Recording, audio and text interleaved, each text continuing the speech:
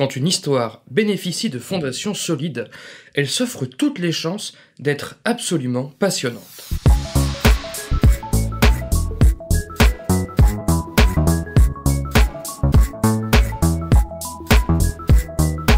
Salut et bienvenue dans ce 18e numéro de Comment c'est raconté, le podcast qui déconstruit les scénarios un dimanche sur deux. Aujourd'hui, direction le New York des 80s, avec le thriller américain A Most Violent Year, sorti en décembre 2018 au cinéma, écrit et réalisé par J.C. Chandor. Ce sera l'occasion pour nous de se pencher sur ce qui constitue les prémices élémentaires d'un récit, et l'impact que cela peut avoir, ou non, sur l'ensemble du film. New York, 1981, l'année la plus violente qu'ait connue la ville. Abel, homme d'affaires immigré campé par Oscar Isaac, tente de se faire une place dans le business du pétrole. Son ambition se heurte malheureusement à la corruption, à la violence galopante et à la dépravation environnante qui menacent de détruire tout ce que lui et sa famille ont construit jusque-là. Extrait de la bande-annonce. Where did you get that? Your youngest daughter found it in the bushes outside her front door. It's not a brick through a car window. This is your kid playing with a loaded gun. Katie! The DA's coming down with a 14-count indictment. We've just pushed it a little too far, that's all. Can't have this situation continuing. If one of these guys shoots someone, It will be the end of everything that we have worked for. You now have serious legal cases against you, ranging from fraud to tax evasion. It wasn't your good luck helping you out all these years. It was me. I don't want anything to do with this! when it feels scary to jump, that is exactly when you jump. Otherwise, you end up staying in the same place your whole life. And that I can't do.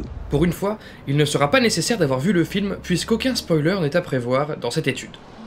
Bon, pour présenter un film succinctement et efficacement, les professionnels, notamment américains, ont recours à ce qu'on appelle une logline, équivalent du pitch en français, soit un résumé des prémices de l'histoire en une phrase.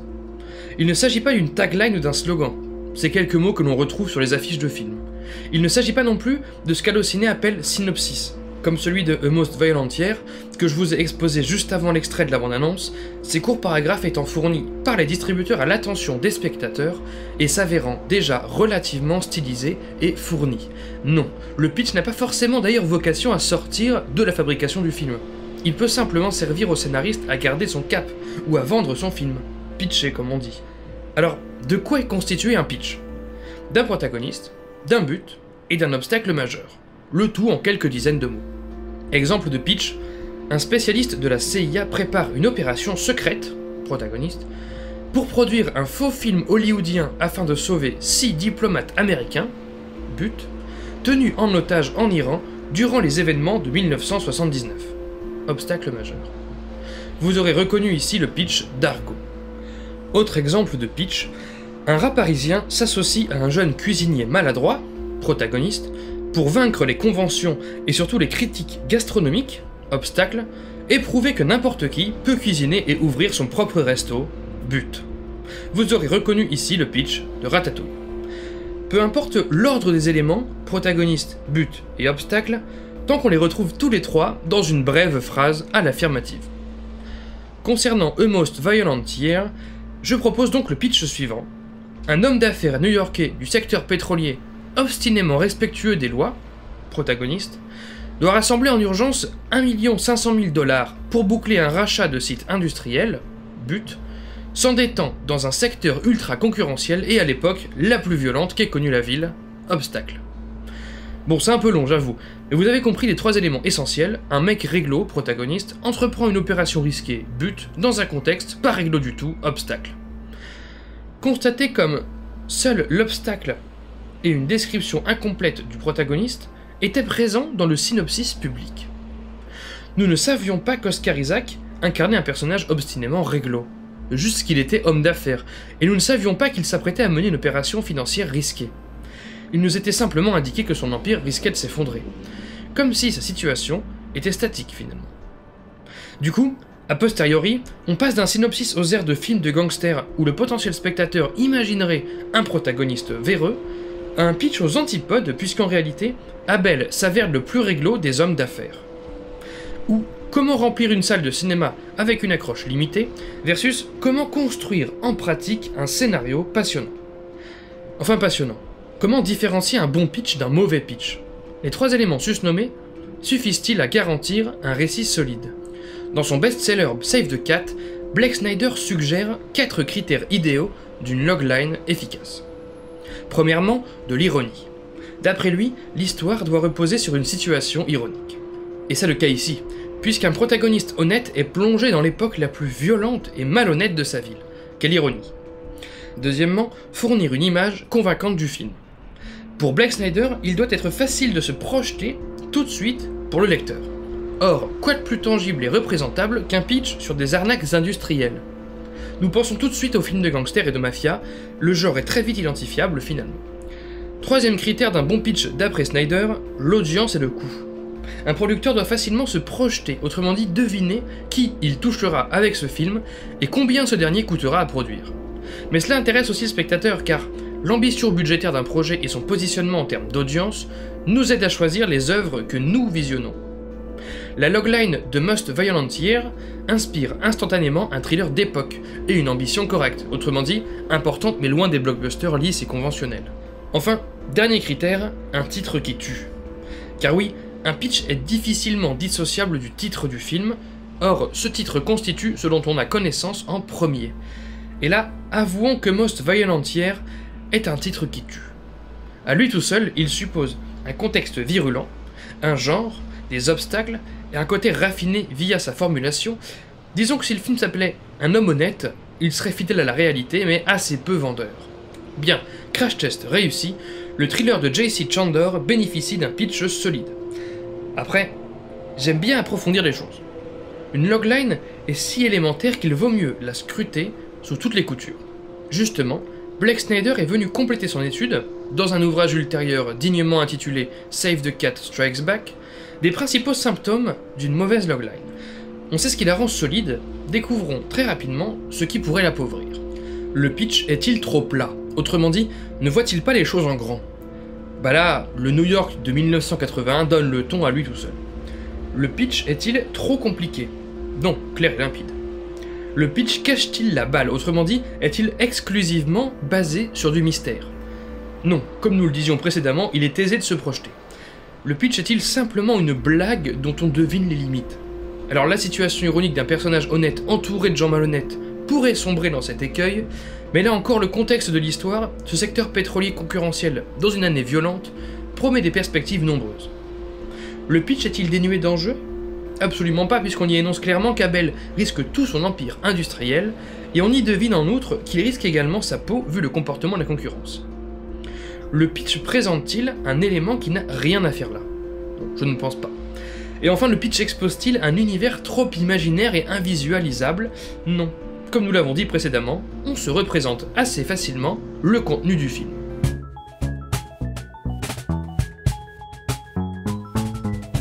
Read people that you like, and try to figure out why you like them. And when you see something or read something that you don't like, try to figure out why you don't like that. Be a diagnostician. Très bien, le pitch de cette œuvre coche toutes les cases de Blake Snyder. Que disent par contre les autres théoriciens? Dans sa dramaturgie, Yves Lavandier traite notamment du triangle fondateur du récit, protagoniste, objectif, obstacle. Autrement dit, il parle indirectement de ce qui compose un pitch. Et parmi ses conseils, ce dramaturge prévient les auteurs du risque du protagoniste angélisé. Les scénaristes auraient trop tendance à écrire des héros exclusivement positifs, dénués de défauts.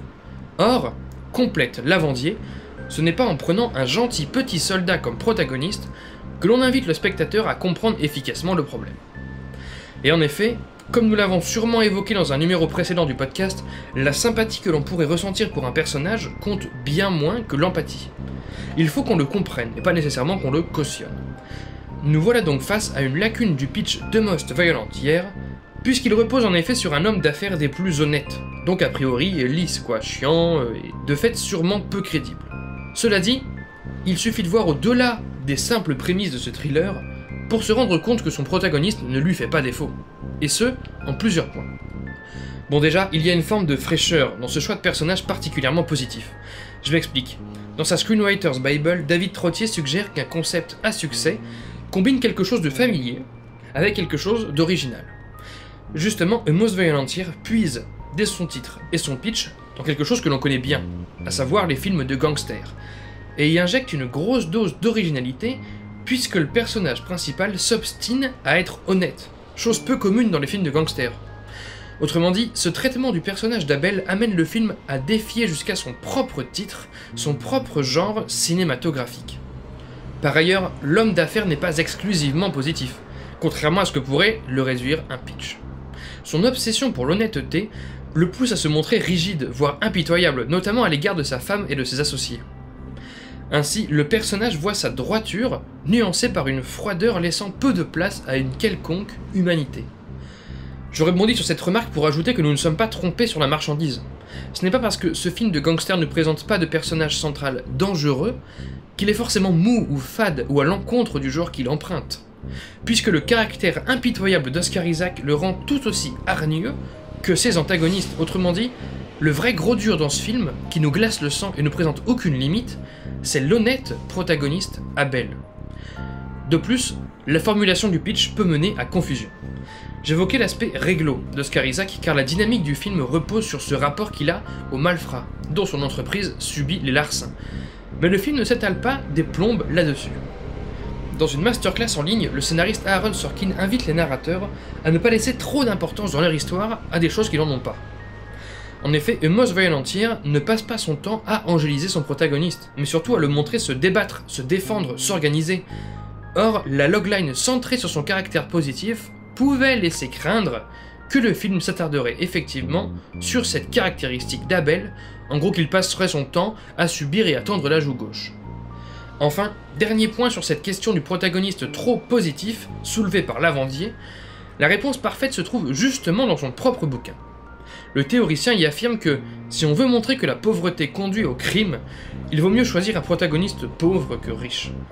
Bon déjà, je ne vois pas ce qu'il y a de particulièrement peu recommandable chez un personnage pauvre, mais prenons ça sous l'angle de la faiblesse plutôt que du défaut, comme Lavandier a certainement voulu le faire.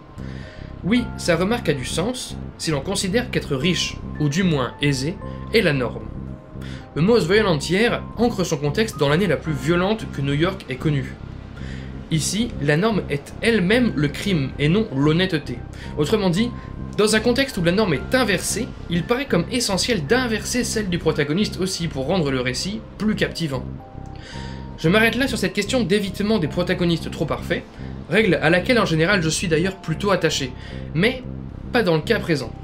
Tout cela pour dire que, si vous trouvez un défaut à la logline structurelle d'un film, il n'en pâtira pas forcément, cela ne le rendra pas forcément bancal suivant le déroulé et les caractéristiques spécifiques de l'histoire. Plus encore, la transgression d'une règle permet parfois de forger l'originalité d'un film, comme nous avons pu le voir ici. Voilà, cette fois on y est, c'est bon, on est sûr, promis, le pitch de Most Violent Year est des plus béton. Il y a tout pour développer ensuite une histoire intrigante, efficace, passionnante et prometteuse. Ah, vous vous croyez sorti d'affaire si facilement. N'oublions pas un tout petit détail. Prenons le pitch suivant. Les 4 bandits les plus recherchés du Far West entreprennent le braquage d'une banque réputée imprenable. Avouons que cette logline claque. On ne va pas dérouler de nouveau le crash test, mais, à vue de nez, tous les ingrédients idéaux sont là. Pourtant, il s'agit du pitch des Dalton, comédie française classée, selon la communauté Sens Critique, parmi les pires films français. Dans une masterclass en ligne, David Mamet prévient en effet que n'importe qui peut écrire un bon premier acte, il suffit d'établir un problème intéressant. Alors, il parle de premier acte, mais nous pourrions parler de prémisse aussi. Autrement dit, il n'est pas si compliqué de constituer une situation initiale prometteuse. On en arrive à l'évidence suivante, même le meilleur et le plus solide des pitchs peut mener à un film contestable. Avoir des fondations solides, c'est important, mais ça ne fait pas tout, s'il était vraiment nécessaire de le prouver. Autant dire qu'il faudrait un podcast supplémentaire pour démontrer comment A Most Violent Year profite également d'un brillant traitement de la logline sur laquelle il repose, mais ce n'est pas le sujet d'aujourd'hui. Finalement, nous pouvons conclure ce numéro avec la sage remarque suivante: Un pitch a priori perfectible, par exemple avec un personnage angélisé, peut accoucher d'un scénario tout de même exemplaire, et un pitch a priori béton peut accoucher d'un scénario tout de même considéré comme un raté. Fondu au noir pour ce 18e numéro de Comment c'est raconté. Merci pour votre écoute, j'espère qu'il vous aura intéressé. Retrouvez tous les liens du podcast dans la description et sur ccrpodcast.fr, dont Facebook, Insta, SoundCloud, tout ça, mais encore et surtout iTunes. Pour ce dernier, je vous invite à laisser 5 étoiles et un commentaire, c'est très important pour le référencement du podcast. Podcast dont l'habillage musical est encore et toujours signé Rémi Le Sueur, je le rappelle, et Locta Deka remercie. N'oubliez pas qu'une retranscription de chaque numéro de Comment c'est raconté est disponible sur Medium pour pouvoir y lire ces analyses à tête reposée. Je m'appelle Baptiste Rambaud, disponible sur Twitter pour répondre à vos questions, à vos réactions, et vous donne rendez-vous donc dans 2 semaines pour la 19e et avant-dernière séance de la saison 2017-2018. Ciao!